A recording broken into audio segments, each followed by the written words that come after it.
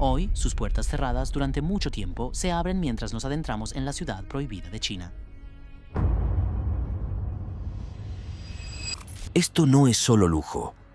Es una fortaleza de poder, un museo del imperio y un monumento de 142.000 millones de dólares al control. El Palacio de Buckingham se está preparando para abrir las puertas de su ala este por primera vez y hemos tenido la primera vista del interior. Hermoso gabinete aquí, maravilloso jarrón, candelabros de oro. Desde la ciudad prohibida de China hasta el Palacio Récord de Brunei, estas no son casas, son armas de influencia. Entra a los palacios más caros del planeta y descubre lo que la riqueza realmente puede construir. La ciudad prohibida. Esto no es simplemente un palacio. Es un imperio amurallado con casi 1000 edificios, 9.999 habitaciones y un valor que haría parpadear incluso al multimillonario más moderno. Bienvenido a la ciudad prohibida, una fortaleza de 70.000 millones de dólares hecha de silencio, secretos y poder supremo, escondida en el mismo corazón de Pekín. Pero para entender esta valoración tan asombrosa, tenemos que regresar al principio, no al siglo XX. Ni siquiera al siglo XVIII. Estamos hablando de un proyecto de construcción que comenzó en el año 1406, bajo el mandato del emperador Yongle de la dinastía Ming, y que fue terminado 14 años después por más de 1 millón de trabajadores. Piénsalo, 1 millón de manos colocando madera, tallando piedra y pintando dragones imperiales. Todo para construir una residencia digna del Hijo del Cielo. Y no era cualquier residencia. Durante casi 500 años, este palacio fue el corazón palpitante del imperio chino. 24 emperadores vivieron, gobernaron y murieron entre estos muros color carmesí. Detrás de esas puertas se declaraban políticas, se libraban guerras y se levantaban y caían dinastías, a veces sin que un solo ciudadano supiera lo que ocurría dentro. ¿Por qué se llamaba la ciudad prohibida? Porque entrar sin permiso era castigado con la muerte. No era simplemente un lugar para vivir, era un santuario espiritual y político. En la cosmología china, el emperador no era solo un gobernante, era el intermediario entre el cielo y la tierra, encargado de mantener la armonía universal. Así que la ciudad prohibida no era solo arquitectura, era un centro de mando celestial, y fue construida para reflejar ese estatus divino. Con una extensión de 72 hectáreas, más de 180 acres, la ciudad prohibida está alineada con una precisión implacable a lo largo de un eje norte-sur central, siguiendo los principios del Feng Shui y el orden cósmico confuciano. En el centro se alza el Salón de la Armonía Suprema, donde se celebraban ceremonias como coronaciones imperiales y desfiles militares, bajo techos adornados con dragones dorados y fénix, rodeados de cortesanos vestidos con túnicas que simbolizaban su rango, lealtad y obediencia. El número de habitaciones, 9.999, no era al azar. En la creencia china, el número 10.000 estaba reservado para el cielo, así que el palacio del emperador tenía solo una menos, como un acto deliberado de reverencia. El simbolismo lo era todo. Los techos estaban recubiertos con tejas vidriadas amarillas, un color reservado exclusivamente para el emperador. Si alguien más se atrevía a usarlo, se consideraba traición. Incluso el diseño mismo reforzaba la jerarquía. El patio exterior era donde dominaban la política de Estado y las ceremonias. El patio interior albergaba la vida imperial, lleno de pasillos laberínticos, concubinas y negociaciones secretas. En muchos sentidos, la ciudad prohibida no era solo un palacio, era un diagrama viviente de cómo fluía el poder en la antigua China. Pero hablemos de su valor. ¿Cómo un complejo de 600 años puede llegar a valer 70.000 millones de dólares? Primero, la ubicación. Situado en pleno corazón del Pekín moderno, donde el suelo se vende por hasta 27.000 dólares por metro cuadrado, el valor inmobiliario por sí solo representa casi 20.000 millones. Pero la verdadera fortuna está dentro de sus muros. La ciudad prohibida alberga más de 1.800.000 reliquias culturales.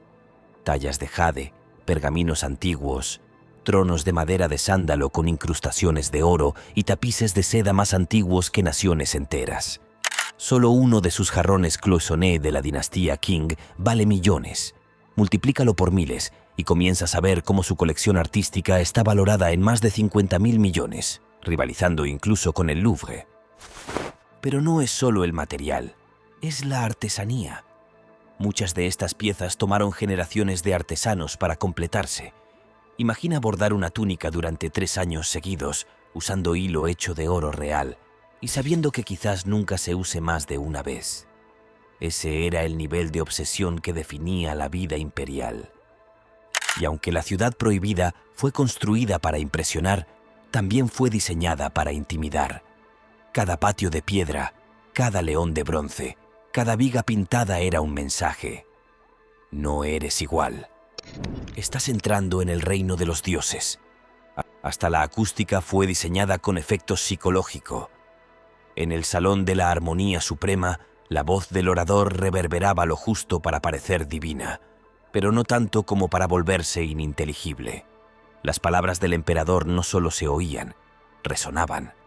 Detrás de los muros dorados del Palacio de la Pureza Celestial, la residencia del emperador, la política de la corte adquiría una intimidad brutal. Las traiciones se susurraban tras biombos de seda. Los planes de sucesión se escribían y se quemaban la misma noche, y los sirvientes podían desaparecer por hacer contacto visual. Aquí, el poder no solo se exhibía, se controlaba al mínimo detalle, hasta en la ubicación de los quemadores de incienso.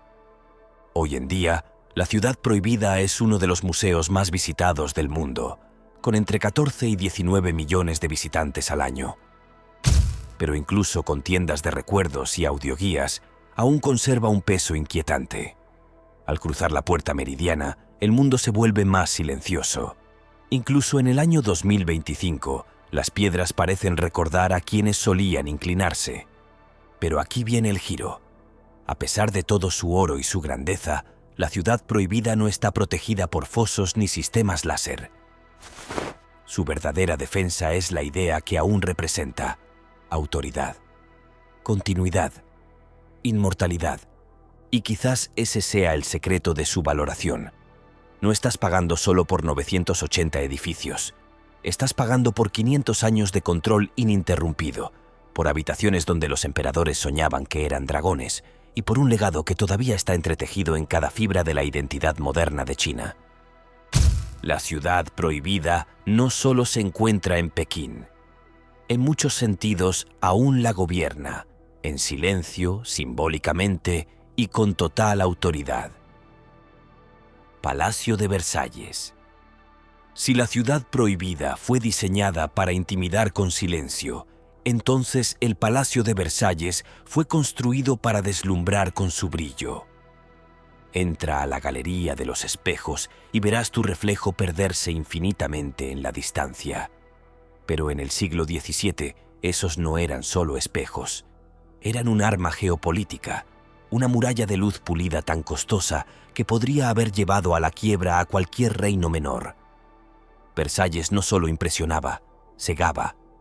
Pero no siempre fue así. Versalles empezó como algo sorprendentemente modesto, un pabellón de caza construido en 1623 por Luis XIII.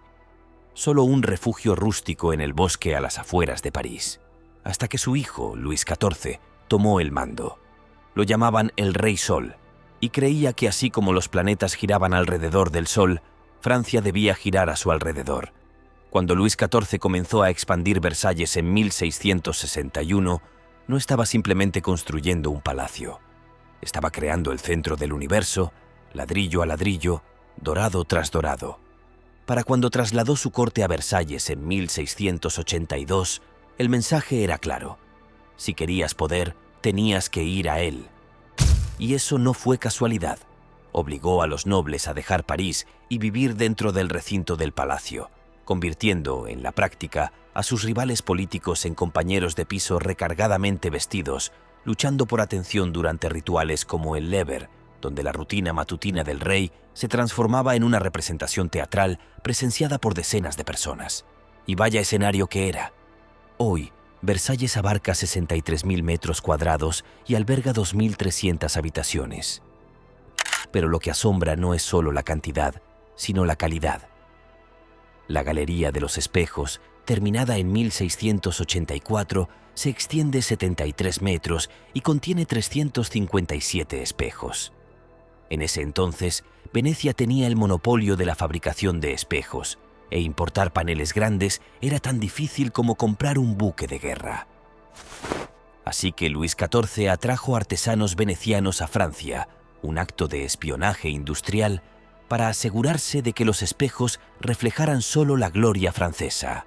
La luz entra por 17 ventanas arqueadas, rebota en los detalles dorados, golpea los espejos y se fragmenta por el techo como luz solar en movimiento. Los diplomáticos extranjeros que entraban a este espacio para negociar solían quedarse en silencio, algunos literalmente sin palabras. Versalles se aseguró de que Francia no solo hablara fuerte, sino que brillara, pero detrás del resplandor había control. Todo el palacio funcionaba como un teatro coreografiado del poder. Cada habitación tenía un significado, cada gesto era observado. Los nobles competían por honores triviales, como sostener el zapato del rey, solo por una pizca de influencia. Versalles no era solo la casa más cara de Europa, era el sistema de control más efectivo jamás envuelto en seda. Y la ingeniería estaba a la altura de la ambición. Tomemos los jardines de Versalles, diseñados por André Lenotre. No eran simplemente jardines, eran maravillas geométricas, salones al aire libre esculpidos con setos, árboles y agua que cubrían 800 hectáreas. Pero aquí estaba el desafío. Versalles fue construido sobre una meseta seca, lejos de fuentes naturales de agua. Aún así, sus fuentes siguen funcionando hoy. ¿La solución? Uno de los proyectos de infraestructura más audaces de su tiempo, la Machine de Marly. Este enorme sistema hidráulico, impulsado por 14 ruedas de agua gigantes y más de 200 bombas, elevaba el agua del río Sena a lo largo de kilómetros de terreno para abastecer al palacio. Para el siglo XVII, fue como construir un programa espacial privado, solo para fuentes. Dentro del palacio, esa misma ingeniería desmesurada continuaba. La Ópera Real, terminada en 1770 para la boda de Luis XVI y María Antonieta, contaba con un suelo que podía elevarse hasta el nivel del escenario, transformando el teatro en un salón de baile en cuestión de horas. Una hazaña de diseño que no se volvería a ver en siglos. Pero todo ese oro tuvo un precio. A medida que el palacio se volvía más deslumbrante, el pueblo de Francia se volvía más desesperado. Versalles se convirtió en el símbolo de todo lo que estaba mal con la monarquía, inaccesible, derrochador y completamente desconectado de la realidad. El contraste era insoportable, campesinos muriendo de hambre en las calles, mientras dentro de Versalles la reina jugaba a ser pastora, vestida con trajes de seda en granjas artificiales. Para 1789, el esplendor del palacio ya no podía protegerlo. Los revolucionarios marcharon sobre Versalles, obligando a Luis XVI y a María Antonieta a abandonar su prisión dorada. Las mismas salas que antes dictaban políticas ahora resonaban con incertidumbre. Versalles nunca se recuperó del todo, y sin embargo, sobrevivió. Hoy recibe a más de 15 millones de visitantes al año, no solo como museo, sino como advertencia. Las arañas de cristal siguen brillando, los espejos siguen reflejando y las fuentes siguen danzando. Pero la monarquía que una vez gobernó aquí desapareció hace mucho. Ahora hay una tensión peculiar en Versalles, una belleza que parece embrujada. Cada rincón te recuerda que demasiado control, tarde o temprano, se vuelve en tu contra. Que el poder absoluto, por más que se escenifique con esplendor, siempre está prestado. Y tal vez ese sea el giro final de Versalles, porque a pesar de toda su grandeza, el palacio que alguna vez albergó al Rey Sol se convirtió en el lugar donde la monarquía fue eclipsada por el mismo pueblo al que intentó deslumbrar. Palacio Imperial de Tokio.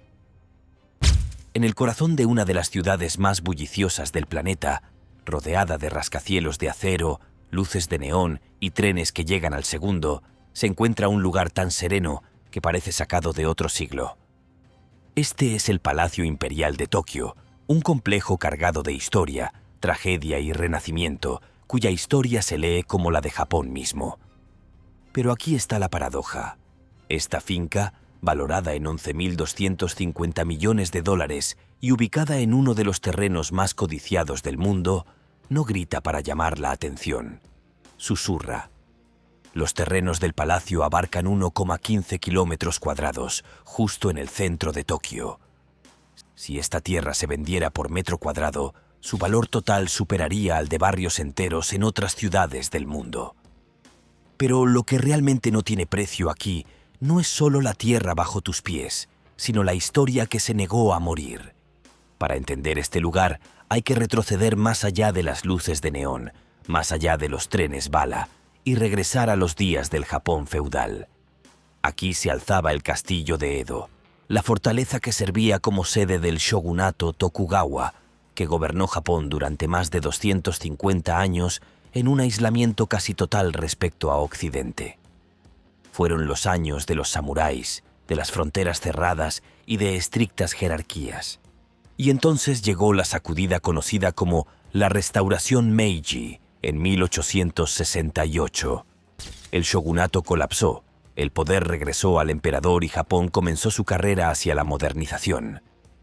La capital se trasladó de Kioto a Tokio y el castillo de Edo se transformó en el nuevo palacio imperial. Pero la era moderna no sería benévola. La noche del 25 de mayo de 1945, durante las etapas finales de la Segunda Guerra Mundial, bombarderos B-29 estadounidenses cubrieron Tokio con bombas incendiarias. Barrios enteros fueron reducidos a cenizas. Y el Palacio Imperial, corazón de la identidad nacional, estuvo a punto de desaparecer. Los muros se derrumbaron, los techos colapsaron. La historia se consumía entre los escombros.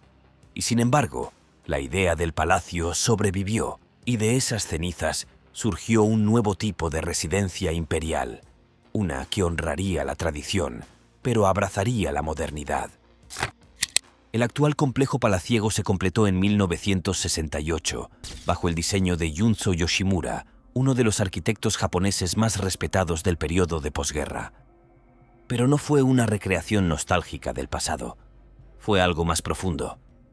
Los techos bajos a cuatro aguas, los amplios patios y el uso de concreto reforzado reflejan una síntesis profunda, una fusión entre las filosofías de la arquitectura japonesa antigua y las exigencias del mundo moderno.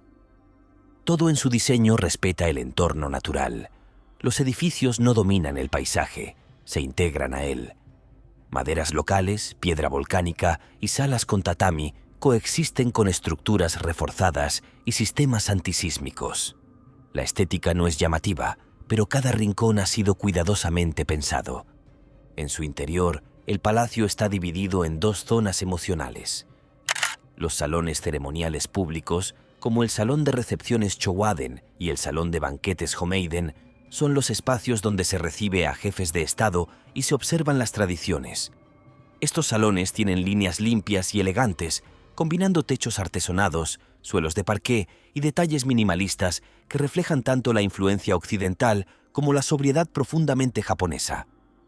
Pero el alma del complejo puede estar en su estructura más singular, la sala de música Tokagakudo, terminada en 1966. Con forma octagonal y decorada con vibrantes mosaicos, esta sala de conciertos fue construida para conmemorar el 60º cumpleaños de la emperatriz Kōjun. Su acústica es reconocida a nivel mundial. ¿Y su diseño? Un símbolo del optimismo de la posguerra, cuando Japón se preparaba para albergar los Juegos Olímpicos de 1964 y demostrar al mundo que había resurgido de la devastación. Y sí, resurgió. En los años 80, durante el auge económico japonés, el terreno bajo el palacio alcanzó un valor tan absurdo que, sobre el papel, valía más que todas las propiedades inmobiliarias de California juntas. Un surrealista símbolo financiero para un país que una vez fue reducido a cenizas y que ahora lideraba la carrera tecnológica global.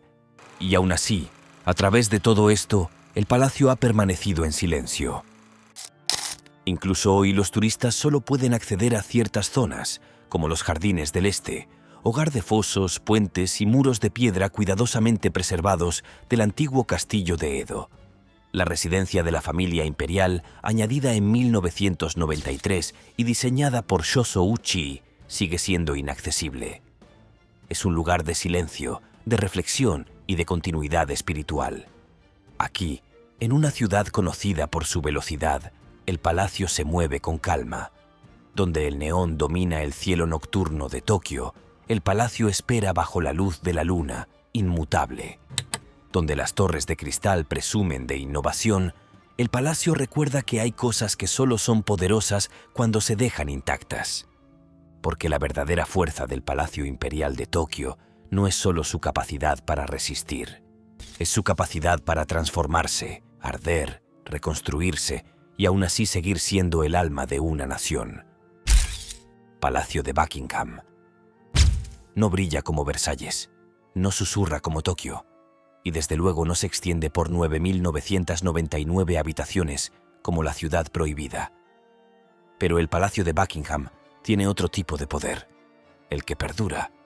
Ubicado en el corazón de Londres, a solo unos pasos de Westminster, este palacio no es solo un símbolo de la realeza, es una fortaleza viva de tradición, un lugar donde la ceremonia, la política y la vida cotidiana chocan detrás de 775 habitaciones y un solo balcón que el mundo entero observa conteniendo la respiración. Sin embargo, no comenzó como un palacio. Allá por el año 1703, era simplemente la Casa Buckingham, una elegante residencia construida para el duque de Buckingham.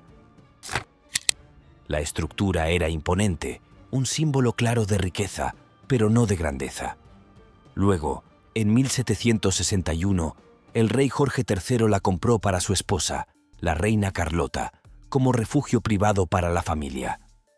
Ahí comenzó todo, un lugar tranquilo e íntimo, donde nacieron 14 de sus 15 hijos. Una casa de monarquía doméstica, aún lejos del espectáculo que llegaría a ser. Pero fue su hijo, el rey Jorge IV, quien realmente reimaginó el destino del palacio. En la década de 1820 encargó al legendario arquitecto John Nash una ambición audaz: transformar esta residencia real en algo que pudiera medirse con Versalles. Nash aceptó el reto y lo convirtió en una obra maestra. Techos dorados, escalinatas majestuosas y fachadas ornamentadas dignas de un rey francés. Pero esa grandeza tuvo un precio exorbitante. El presupuesto se disparó tanto que Nash fue finalmente despedido por agotar las arcas reales. Aún así, los cimientos quedaron asentados, y para el año 1837, bajo el reinado de la reina Victoria, el Palacio de Buckingham se convirtió oficialmente en la residencia real principal. Desde ese momento dejó de ser solo un hogar. Se convirtió en el escenario. Cada rincón de este palacio está impregnado de ritual. La sala del trono, con su icónico dosel rojo, ha albergado coronaciones, bodas y discursos que han resonado a lo largo de la historia. La galería de pinturas, con más de 50 metros de largo, guarda obras maestras de Rembrandt, Rubens y Vermeer, parte de la colección real, un tesoro valorado en 12.600 millones de dólares. Pero estas pinturas no son propiedad privada. Se conservan en fideicomiso para la nación, lo que convierte al Buckingham no solo en un palacio, sino en un museo viviente. Pero quizás el momento más definitorio en la historia del palacio no vino del lujo, sino de la resiliencia. Durante la Segunda Guerra Mundial, el Palacio de Buckingham fue bombardeado en 9 ocasiones por la Luftwaffe alemana. La capilla de la reina fue destruida. La logia norte quedó en ruinas. Pero a pesar de todo, el rey Jorge VI y la reina Isabel se negaron a huir. Permanecieron en Londres, caminando por los patios cubiertos de escombros junto a su pueblo. Ese momento quedó inmortalizado en una fotografía icónica. El rey y la reina observando con calma los daños, rodeados de piedras rotas y de historia. Esa imagen no hablaba de supervivencia, sino de solidaridad. Y marcó una monarquía que ya no sería distante ni divina, sino cercana y humana. Esa filosofía sigue viva hoy. El frente este, añadido en 1850, está coronado por el famoso Balcón Real, una plataforma sencilla que se ha convertido en uno de los símbolos más reconocidos del mundo. Desde las celebraciones del Día de la Victoria hasta bodas reales, desde jubileos hasta funerales de Estado, este balcón ha visto a millones de personas reunidas debajo, esperando un saludo real, un momento histórico. Se ha transformado en el porche de la monarquía y en la válvula emocional de escape de Gran Bretaña. Pero el Palacio de Buckingham no está congelado en el tiempo. Sigue siendo un palacio en funcionamiento donde se celebran banquetes de Estado, investiduras y actos diplomáticos con líderes mundiales. Cuando el rey recibe a jefes de Estado extranjeros, no lo hace en una sala de juntas estéril. Lo hace en salones cargados de siglos de poder y expectativas silenciosas.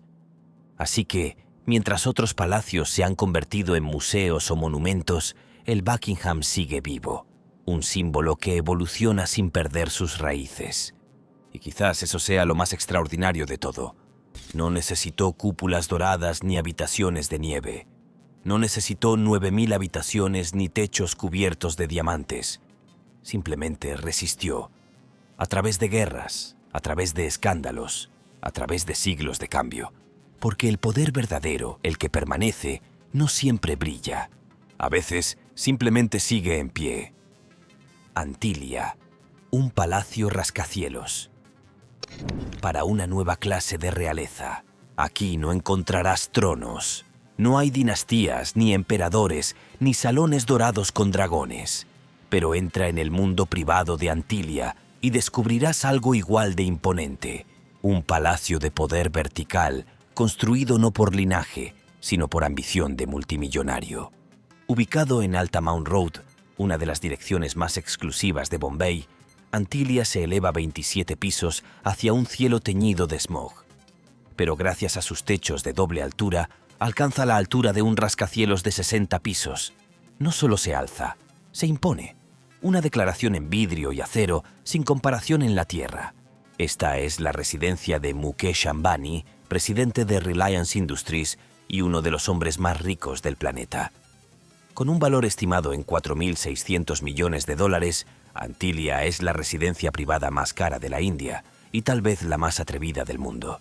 Pero no fue construida para imitar a Versalles ni para evocar a Buckingham. Fue creada para redefinir lo que significa un palacio en el siglo XXI. Su plano se inspira en la filosofía india ancestral, fusionando el Vastu Shastra con símbolos como el loto y el sol, filtrado todo a través del lente de la tecnología más avanzada. Una disposición espiritual tradicional, amplificada por el dinero del petróleo y una ambición global. En su interior, el lujo se vuelve surrealista. Existe una sala de nieve, una cámara artificialmente refrigerada donde copos caen suavemente sobre suelos de mármol, desafiando los más de 35 grados del calor de Bombay. La ingeniería necesaria para mantener temperaturas bajo cero en un clima tropical no es solo avanzada, es extravagante, casi desafiante. La torre cuenta con 9 ascensores, cada uno sirviendo una zona vertical distinta. Hay templos, spas, jardines colgantes y un cine privado con capacidad para 50 personas, con un sistema de sonido que rivaliza con las salas comerciales. Un garaje de 6 niveles alberga una flota de vehículos exclusivos, desde Rolls-Royce personalizados hasta Maybachs envueltos en silencio. Pero Antilia no se trata solo de lo que hay dentro, se trata de lo que representa. La construcción comenzó en el año 2006, en pleno auge económico de la India, y para cuando abrió en el año 2010, Ambani se había convertido en la figura emblemática de la nueva élite india. Donde antes los emperadores portaban cetros, Ambani construyó Antilia, un cetro moderno hecho de acero. Sin embargo, este monumento a la realeza moderna no se levantó sin polémica. El terreno que ocupa pertenecía anteriormente a un orfanato, vendido en el año 2002 en una transacción que, aunque legal, provocó indignación pública. Para muchos, la torre se convirtió en un símbolo de desigualdad, elevándose sobre algunos de los barrios marginales más densamente poblados del planeta. Desde ciertos ángulos se pueden ver techos de lata reflejando la luz del sol contra los muros espejados de Antilia. Un contraste tan fuerte que parece sacado de una novela. Para los ultrarricos, Antilia es una maravilla. Para muchos locales es un recordatorio. El poder ya no llega con coronaciones, sino con grúas de construcción. Aún así, el edificio no se oculta, se declara. Sus 3 helipuertos en la azotea no están ahí solo por conveniencia, son señales. El cielo también le pertenece a esta casa. Diseñado por la firma Perkins & Will de Chicago y construido con la ayuda de Leighton Holdings de Australia, Antilia es una colaboración global anclada en identidad india. Incrustaciones de nácar, mosaicos de mármol hechos a medida y cristales tallados a mano llenan sus interiores, mezclando la riqueza internacional con la artesanía local. Y debajo de toda esa opulencia, Antilia también es una fortaleza. Diseñada para resistir terremotos de magnitud 8, cuenta con sistemas de energía redundantes, filtración de aire y servicios autosostenibles. Es menos una casa y más un ecosistema vertical, aislado, autónomo y preparado. Incluso los pisos rechazan la repetición. No hay 2 iguales. Cada nivel es un mundo curado, una nueva paleta, un nuevo ambiente, una nueva ilusión. Los críticos lo llaman exceso, los defensores genialidad. Pero de cualquier forma, Antilia deja algo claro. En el mundo de hoy, la realeza no lleva coronas. Las construye, porque en este siglo el legado no se hereda, se diseña, piso por piso, hasta atravesar el cielo y no mirar jamás hacia atrás. Istana Nurul Iman. El palacio que superó a todos los demás. Hay palacios lujosos, y luego está Istana Nurul Iman, un complejo real tan vasto que no solo alberga una monarquía, sino que redefine lo que significa el poder real en el mundo moderno.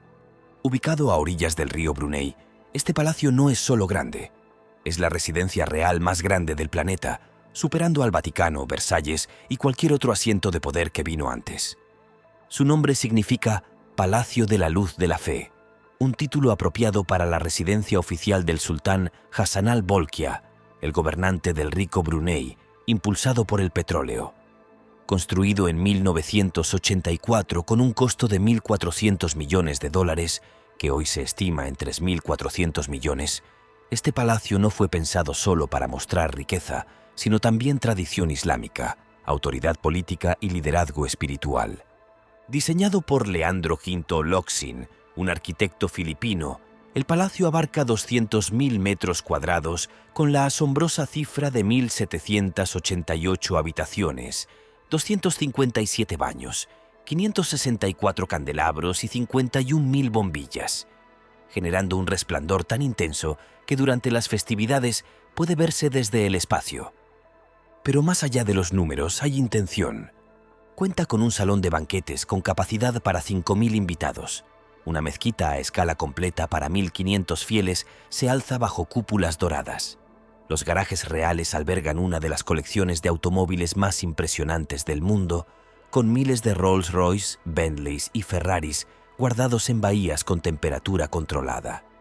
Incluso los 200 ponis de polo viven en establos con aire acondicionado.